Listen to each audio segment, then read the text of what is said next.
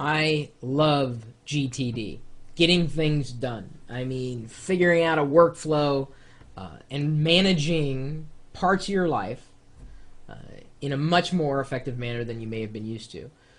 My inbox is pretty much my task list. It's how I get things done. I like a clean inbox, and I can think of only one time in the past year that it's been absolutely empty, and that was just last week. And now I've got it down to today. Oh, great. People keep emailing me. My email is chris@perillo.com, by the way. I've got it down to, well, after tonight, it'll be down to 2, I hope. And largely because I've got to wait on a couple of other things to happen before I can respond to those messages. That's how I get things done. Everything I have exists in my inbox. I also use a program on Mac OS X called Things. That's the name of it, and it's not final yet, but they're allowing people to beta test it for them, and we'll give them a discount when it is final. Very clean, very simple, very elegant. It's based on tagging, if you're familiar with that. No, Things without a Z, like an S. Just call it Things.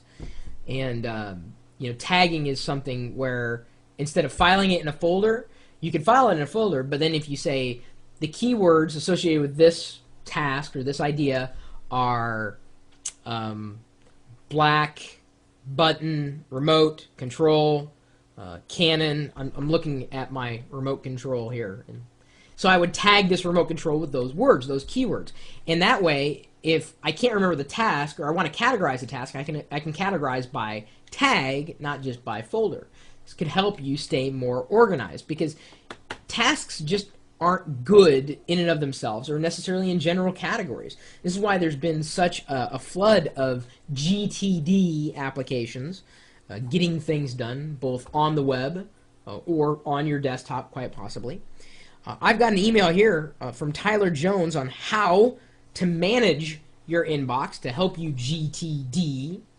And Tyler may be a little out of the ordinary here, and I mean that in the nicest way, because he starts out his email and says, I receive about 220 emails a day. He says, I know that's nothing compared to what you get, Chris, but it's a lot for us normal folk. And sometimes I find it hard to manage my inbox. Over time, I made these tips for managing my email more efficiently, and I thought that I would pass them along. So these are some really good tips, I thought. Number 1, send replies in bulk. For you Yahoo Mail users, I'm not talking about bulk as in spam. I mean, group your replies to email. I should say a set of emails. If several people have the same question, send the same message to those multiple email addresses. This will save time, and it will save you a lot of stress. And that's true. This is one of the reasons why we have common responses in our chat room. We kind of get tired of people asking the same questions over and over again, like, what are those lights? And, what is the chair? Where'd you get this? Where'd you get that? So if you type in certain requests, it will respond. So we're able to make a bulk response without necessarily wearing our fingers down to stumps. And, the same thing happens in your inbox. If you get common questions, another shortcut with sending replies in bulk, set up a signature. Most email programs will allow you to have multiple signatures. And if I get a common question, instead of just typing it in all the time, I'll just apply a signature to it, and I just select that signature. It automatically pulls into the email message, and then I've saved time. So you can use multiple signatures as kind of like a virtual clipboard that you can take around with you. It's a good tip. Number 2, publicly address common questions. Also, if several people have the same question, you should publicly address that issue in a blog, a FAQ, etc. This will cut down on the email you receive with that question. And to a certain degree. Many people have asked if we have a FAQ for the chat room, an FAQ, frequently asked questions. We don't have one, and just because it takes time to set up, time to maintain, and quite honestly, people ignore that anyway. Anytime, it's just much more convenient to ask someone the answer to a question than it is to look it up. I mean, hey, even I know that. It's not always the most useful mechanism for learning things, but it's useful for keeping things organized, having a frequently asked questions, a FAQ sitting somewhere. Just depends on what it is that you're trying to accomplish. I always like hitting it out with blog posts and just assume that people are going to read it, but they never do. They email me anyway, which I just tell them to look at the blog or come to the chat room. So if you get that response from me, that's why. 3, and this is an important one, don't reply to rude people. If someone is being rude, don't reply to them. This is a waste of time, as your response will either be ignored or will trigger another rude response. If someone continues to be rude, block their email address. I've never really blocked email addresses, but it's gotten to the point where a lot of people keep asking me the same question over and over again. I mean, the same people ask me the same question over and over again, and I just don't respond. I stop responding. So if I've stopped responding to a lot of your emails, it's because you've sent me like more than the average person usually sends me emails, and it's like I'll answer like 1 or 2, and I'll be as cordial as I possibly can. If I've read your message if I respond with a smiley face or something like that, but I cannot. Some people get mad when I respond with a smiley face. I mean, they've written something very, very deep and just amazing, like a top 5 list that we may have done before, or just good that I might be able to use, might not be able to use. But they pour their heart and soul into this email, and I respond with something short, and sometimes they get mad. And I said, well, why do you get mad? I read it, I validated it. I just don't have time to like respond to it like I would like to respond to it, just because it's easier to respond in voice than it is to respond, that's the sound of a virtual keyboard. You may even hear it when I'm typing on this thing.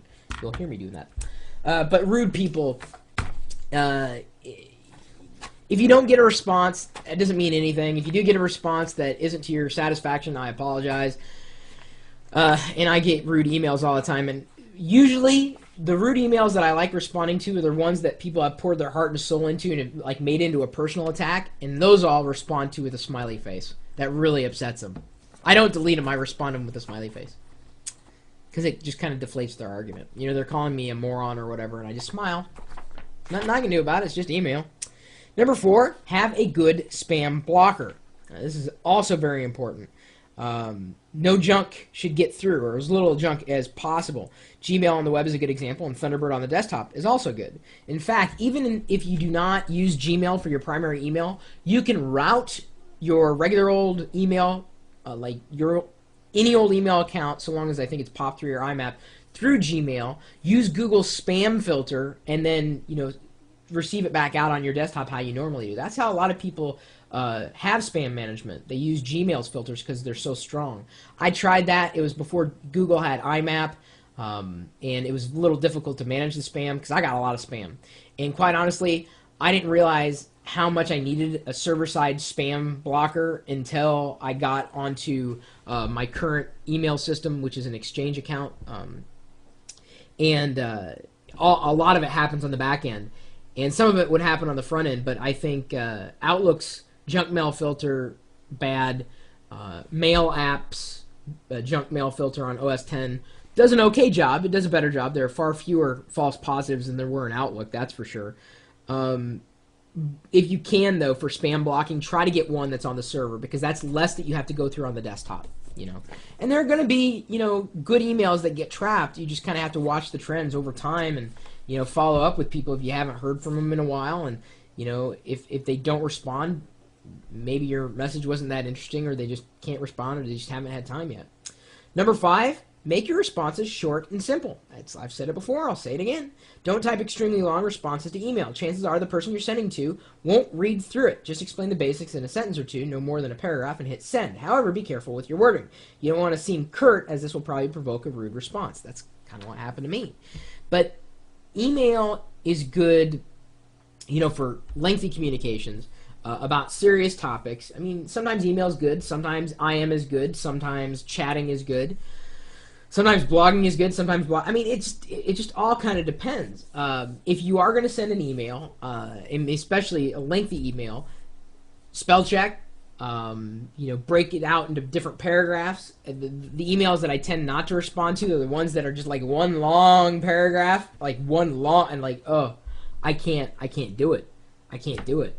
Because it's just a jumbled mess of just words, and I can't, my mind, I just can't, unless I need to, I can't focus on it. Keeping your inbox clean is a big part of getting things done, because the longer you sit on your inbox, with these messages piling one on top of the other, the more likely it's going to be that you're going to miss something very, very important. And for this reason and this reason alone, every email client worth anything has filtering. And if your email client doesn't have good filtering, get a hold of one. I mean, I have all my blog responses filtered into one folder automatically. I have my social responses into another, a video responses into another. I mean, they're automatically organized so that not everything is sitting in my inbox. When I want to look at my social responses, I flip through that. When I go, so you can slice and dice it like, you know, a million different ways. The bottom line is your inbox needs to be clean, and if it's not clean, you need to take stock at what you're doing and set up filtering. Take a different approach with how you send email, how you respond to email, and how you keep that inbox completely managed. I'm curious if anybody else has any inbox tweaking tips beyond that. Maybe you know some pretty cool tools that you might be able to share with the rest of the community. Feel free to leave those tools, suggestions, possibly as a follow-up in this message or to this particular post, the video or the blog post that corresponds with it. Or if you have any other GTD tips, getting things done beyond email, you know, let me know what you think. My email address is chris@perillo.com. I do read all my email. I respond to most of it. I do not respond to all of it, just so you know. And if it's, you know, a topic that I think is worth talking about, I'll talk about it, whether it's related to tech or not. The chat room is usually, well, it doesn't matter what we say. Inevitably, it will come back to the topic of tech. Technology touches every part of our lives. And I can't imagine keeping track of tasks on physical paper or notebooks anymore. Ponzi still likes doing that. I do not. I need to have everything digitized. My inbox is my task list. That's how I use it. I love it. I love email. I do. I am probably an email addict even to this day. You know, well over a decade later, after I started using email back in 1992. I've been using email that long. Yikes. So anyway, you're welcome to swing by the chat room. If you'd like to talk tech, share some tips and tricks, we're waiting for you. So what are you waiting for? We're at live.perillo.com. We'll see you later.